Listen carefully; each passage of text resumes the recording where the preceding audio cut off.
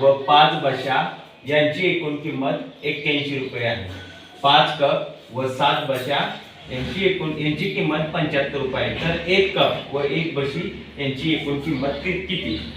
यासाठी गुणाकार न करता किंवा मांडणी न करता किंवा भागाकार न करता एक छोट्याशा युक्तीवर आपण ते करू शकतो.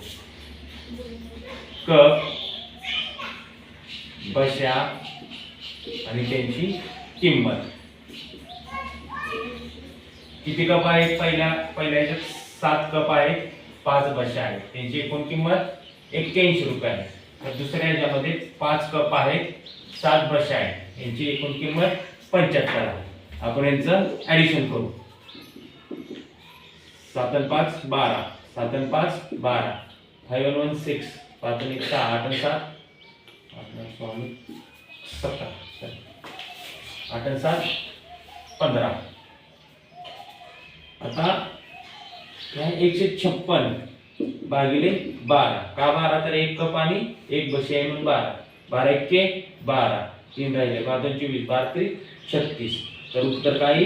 13 रुपये.